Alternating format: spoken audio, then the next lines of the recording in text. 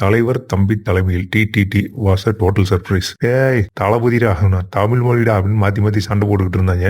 உங்ககிட்ட ஓரமா போய் விளாடுங்கடா அப்படின்னு சொல்லிட்டு இப்போ ஒரு படம் வந்திருக்கு. வணக்கம்டா எர்த்து மக்களே. ஏற்கனவே நான் சொன்ன மாதிரி இந்த தீபாவளி, பொங்கல், ஆயுத பூஜை இந்த மாதிரி ஒரு லாங் ஹாலிடேஸ்ல, ஃபெஸ்டிவல் டேஸ்ல பெரிய படங்கள் மட்டுமே ரிலீஸ் ஆனா அந்த படத்தை தான் மக்கள் பார்க்க வேண்டிய கட்டாயத்தில் இருப்பாங்க. இப்படி இவங்க பாக்குறதுனால இந்த 3-4 நடிகர்களுக்கு மட்டும்தான் கூட்டம் வருது அப்படின்னு சொல்லி இந்த விநியோகஸ்தர்களும் தியேட்டர் உரிமையாளர்களும் திருப்பி இந்த 3-4 ஸ்டார்ஸோட படம் மட்டும் எல்லா விழா நாள்லயும் கண்டிப்பா ரிலீஸ் ஆகணும் அப்படின்னு அவங்க பின்னாடியே தொங்கிக்கிட்டு இருக்காங்க. ஆனா இன்ட்ரெஸ்டிங் டர்ன் ஆஃப் ஈவென்ட்ஸ் ஒரு விஜய் படமும் சிவகார்த்திகேயன் படமும் வருதுன்னு சொல்லி ஒதுங்கி நின்ன எல்லா படத்திற்கும் இப்ப இந்த விஜய் படம் வராதனால வாய்ப்பு கிடைச்சிருச்சு. இப்ப வாவாத்தியர் நேற்று ரிலீஸ் ஆச்சு. அதோட சேர்த்து தலைவர் தம்பி தலைமையில் அப்படிங்கிற இந்த மாசம் 30ஆம் தேதி ரிலீஸ் ஆக வேண்டிய இந்த படமும் ரிலீஸ் ஆயிருக்கு. பிராங்கா சொல்லணும்னா இந்த பொங்கலை உண்மையிலேயே செலிப்ரேட் பண்ற விதமா ஒரு படத்துக்கு போகணும்னா மக்கள் இந்த படத்துக்கு போனா பெட்டர். டைரக்டர்ஸ், ப்ரொடியூசர்ஸ், தியேட்டர் உரிமையாளர்கள்னு எல்லாருமே ஒரு நடிகர் மேல நம்பிக்கை இழந்தாலும் அந்த நடிகர் நம்பிக்கை இழக்க முடியாது இல்லையா? அதுபோல நம்பிக்கையை விடாம முயற்சி பண்ணிட்டு இருக்கக்கூடிய ஜீவாக்கு உண்மையிலே ஒரு வாழ்த்துக்கள். படம் போட்ட கொஞ்ச நேரத்துல என்னடா ஒரு மாதிரி மலையாள பட சாயல் வருது அப்படின்னு பார்த்தா இந்த படத்தை எடுத்த பிலிம் மேக்கரே ஒரு மலையாள டைரக்டர் தான். அவரை கூட்டு வந்து தான் ஜீவா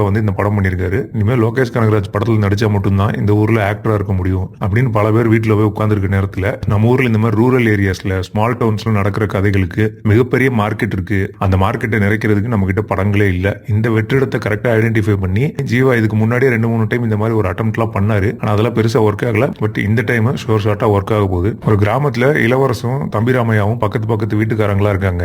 ஆப்வியஸ்லி பக்கத்து வீட்டுக்காரனாலே கொஞ்சம் பகையோட தானே இருப்பாங்க. இவங்க வீட்டுக்கு நடுவில் சில செம்பருத்தி செடி நட்டி வச்சுக்கிட்டு இந்த கோட்டை தாண்டி நீயும் வரக்கூடாது, நானும் வரமாட்டேன் அப்படிங்கிற ரேஞ்சில் பல வருஷ பகையோட வாழ்ந்துகிட்டு இருக்காங்க. இதற்கிடையில இளவரசு பொண்ணுக்கு கல்யாணம் நிச்சயமாகுது. இந்த கல்யாணத்தை நடத்தி வைக்கிறதுக்கு அந்த ஊர் பஞ்சாயத்து தலைவராக இருக்கக்கூடிய ஜீவா நல்லது கெட்டது எல்லாத்துலயுமே கலந்துக்கணும் இல்லையா? அதே மாதிரி கல்யாணத்துக்கு வராரு. இதே ஊர்ல பஞ்சாயத்து தலைவர் போஸ்ட்டுக்கு போட்டி போட்டுட்டு இருக்கக்கூடிய ஜென்சன் ஒரு பக்கம். இப்படி கல்யாண ஏற்பாடு நடந்துட்டு இருக்க நேரத்துல பக்கத்து வீட்டுல ஒரு இலவு விழுந்துருது. இப்ப தம்பிராமையா இளவரசுக்கு இடைஞ்சல் கொடுக்கறதுக்காக நீ எந்த நேரத்துல கல்யாணம் பண்ணணும்னு நினைச்சியோ அதே நேரத்துல எங்க அப்பா அவனை தேர்ல ஏத்தி ஊர்வலமா கூட்டு போவேன், இலவை எடுப்பேன் அப்படிங்கிறாரு. இப்படி உங்களோட பழைய பகை, ஈகோ, பொதுவாவே இந்த மாதிரி நல்ல காரியங்கள் நடக்கும் பொழுது வீடு முழுக்க நிறைந்திருக்கக்கூடிய சொந்தக்காரங்கள், குடிகாரர்கள் போன்று பல பேர் ஒண்ணு சேர்ந்து ஆளாளுக்கு அவங்க சத்துக்கு தகுந்த மாதிரி 7.5 இழுத்துக்கிட்டு இருக்காங்க. இது பத்தாதுன்னு பஞ்சாயத்து தலைவர் போஸ்ட்டுக்கு நடக்கக்கூடிய போட்டியில எந்த வீட்டு பக்கம் சாதகமா நடந்துக்கிட்டாலும் அந்த வீட்டோட ஓட்டு நமக்கு தானே அப்படின்னு சொல்லி ஜென்சன் ஒரு பக்கம் இலவு வீட்டை சப்போர்ட் பண்ண, 4 குடிகாரர்கள் சேர்ந்து இந்த கல்யாண வீட்டை சப்போர்ட் பண்ண, ரெண்டுத்துக்கு நடுவில் மாட்டிக்கிட்டு ஜீவா படாத பாடு போடுறாரு. இவ்வளவு பிரச்சனைக்கு நடுவில் கடைசியில இளவரசு வீட்டுல கல்யாணம் நடந்துச்சா, தம்பிராமையா வீட்டுல ஈமச்சடங்கு நடந்துச்சா அப்படிங்கிறது தான் இந்த கதை.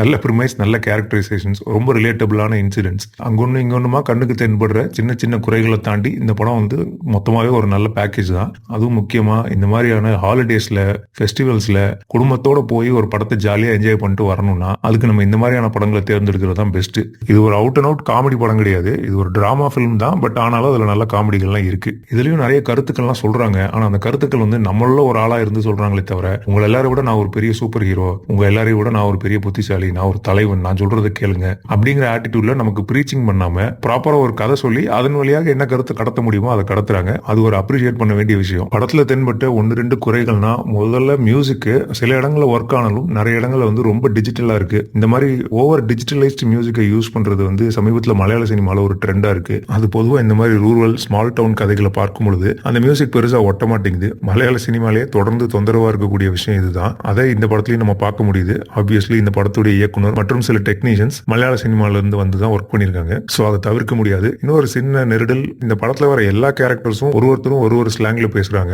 ஒருத்தர் மதுரை ஸ்லாங்ல பேசுறாரு, ஒருத்தர் தூத்துக்குடி ஸ்லாங்ல பேசுறாரு, ஒருத்தர் கோயம்புத்தூர் ஸ்லாங்ல பேசுறாங்க. சிலர் மேபி இதை எந்த ஊருன்னு குறிப்பிட்டக்கூடாது, பொதுவான ஒரு ஊரா இருக்கணுங்கிறதுக்காக இப்படி எல்லா ஸ்லாங்ல பேசக்கூடிய மக்களையும் அங்க உழவு விட்டாங்களா அப்படின்னு எனக்கு தெரியல. அது ரொம்ப இடைஞ்சலா இல்ல, பட் கொஞ்சம் மேடுபள்ளமா இருந்துச்சு. இந்த படத்துல எனக்கு பிடிச்ச ரொம்ப ஹைலைட்டான ஒரு விஷயம் என்னன்னா, ஒரு பஞ்சாயத்து தலைவர்னு ஒரு கேரக்டர் காட்டிட்டு அவரை ஒரு கெத்தாவோ அதை ஒரு ஆதிக்க மனநிலையோடயோ காட்டாம எல்லா நேரத்திலும் அது ஒரு ரெஸ்பான்சிபிலிட்டி, ஊர்ல இருக்க எல்லாரையும் பொறுத்து போய் எல்லாரையும் அட்ஜஸ்ட் பண்ணி எல்லாரையும் அமைதிப்படுத்தி எல்லாருக்கும் தகுந்த மாதிரி பேசி எல்லாருக்கும் நண்பனா இருக்கிறது தான் அந்த பதவியோட ஜாப் டிஸ்கிரிப்ஷன் அப்படிங்கறத இந்த படத்துல ரொம்ப தெளிவா காட்டியிருந்தாங்க. ஜீவாவோட முகத்திலும் எந்த ஒரு சூழலையுமே ஒரு ஆதிக்க மனநிலை தென்படாம இருந்தது. எனக்கு ரொம்ப பிடிச்சிருந்துச்சு. அவர் எல்லா நேரங்களிலும் ஏன்டா இப்படி உயிரை வாங்குறீங்க அப்படிங்கிற மனநிலையில தான் அவர் இருந்தாரு. அதே மாதிரி இந்த வேட்டி சட்டையை போட்டுக்கிட்டு எப்ப பார்த்தாலும் போனை மேல் பாக்கெட்ல வச்சுக்கிட்டு குமிஞ்சா நிமிந்தா ஓடுனா கீழே விழுந்துருமோ அப்படின்னு எப்ப பார்த்தாலும் அதை தொட்டு பார்த்துட்டே இருந்த மேனரிசம் ரொம்ப நல்லா இருந்துச்சு. கடைசியா ஒரு தடவை கீழே விழுந்து கிடக்கும் போது கூட எந்திரிச்ச உடனே மேல் பாக்கெட்ல போன் இருக்கான்னு தான் தொட்டு பாக்குறாரு. இந்த பிஹேவியரை 40 வயது கடந்த நிறைய ஆண்கள் செய்யறதை நம்ம பார்த்திருக்கோம். ஆனா நம்ம ஊர்ல இருக்க ரைட்டர்ஸோ, பிலிம் மேக்கர்ஸோ இதெல்லாம் ஏன் படத்துல வைக்கணும்னு நினைக்க மாட்டாங்க?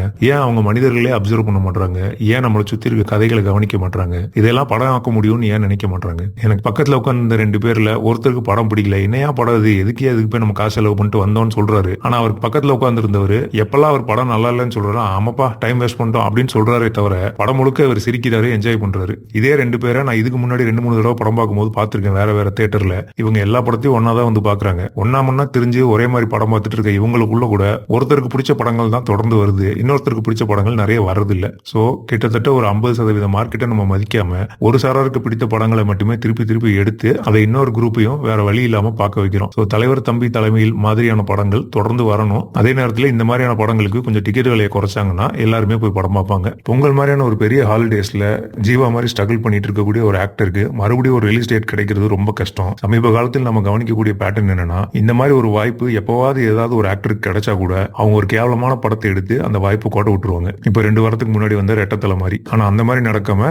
ஜீவாக்கு இந்த படம் கண்டிப்பா ஒர்க் ஆயிருச்சு. இந்த பொங்கலோட கிளியர் வின்னர் இந்த படம் தான். அது மட்டும் இல்லாம இந்த மாதிரி ஒரு விழா நாள்ல குடும்பத்தில் இருக்கவங்க எல்லாருமே போய் ஒரு படம் பார்த்து அந்த படம் அவங்களுக்கு பிடிச்சதுன்னா அந்த நடிகர் அவங்க ஞாபகம் வச்சிருந்தாங்கன்னா அடுத்ததா அதே நடிகருடைய ஒரு படம் வரும்போது அன்னைக்கு ஒரு படம் பார்த்தமே நல்லா இருந்துச்சு, சரி மறுபடியும் போய் ஒரு படத்தையே பார்ப்போம் அப்படின்னு நினைப்பாங்க. இந்த மாதிரி ஒரு பொங்கலுக்கோ ஒரு தீபாவளிக்கோ கிட்டத்தட்ட ஒரு 5 நடிகர்களுக்கு கிடைக்க வேண்டிய வாய்ப்பை தான் 1 அல்லது 2 பெரிய நடிகர்கள் நாங்க வந்து பல 100 கோடி ரூபாய் போட்டு படம் எடுத்திருக்கோம், எங்களுக்கு ரெக்கவர் பண்றதுக்கு இதான் ஒரே வழின்னு சொல்லி அழுது எல்லாரையும் ஓரம் கட்டிட்டு தியேட்டர் ஆக்கிரமிச்சு அக்கிரமம் பண்ணிக்கிட்டு இருக்காங்க. என்னதான் இந்த பெரிய படங்களுக்கு வரக்கூடிய சோதனைகள்லாம் நியாயமற்றதா இருந்தாலும் இந்த மாதிரி சின்ன படங்கள் நல்லா இருக்கும் பொழுது அந்த பெரிய படங்கள்லாம் நாசமா போனா பரவாயில்லன்னு தோணுது. 400 கோடி ரூபாய் போட்டு இவங்க ஒரு படம் எடுத்து 600 கோடி ரூபாய் சம்பாதிக்கணும்னு நினைக்கிறதுக்கு 40 கோடி ரூபாய் செலவுல 10 படம் எடுத்துடலாம். அதுல எப்படி பாதியாவது நல்லா இருக்கும். சோ பேசிக்கலி பெரிய படங்கள்லாம் ஓரங்கட்டி ஒரு சின்ன படம் ஜெயிக்க போற மகிழ்ச்சியில் இந்த பொங்கலை நம்ம சிறப்பாக கொண்டாடலாம். எல்லாருக்கும் பொங்கல் வாழ்த்துக்கள். சென்டர் சிடி சேனலுக்கு சப்ஸ்கிரைப் பண்ணுங்க. நன்றி, வணக்கம்.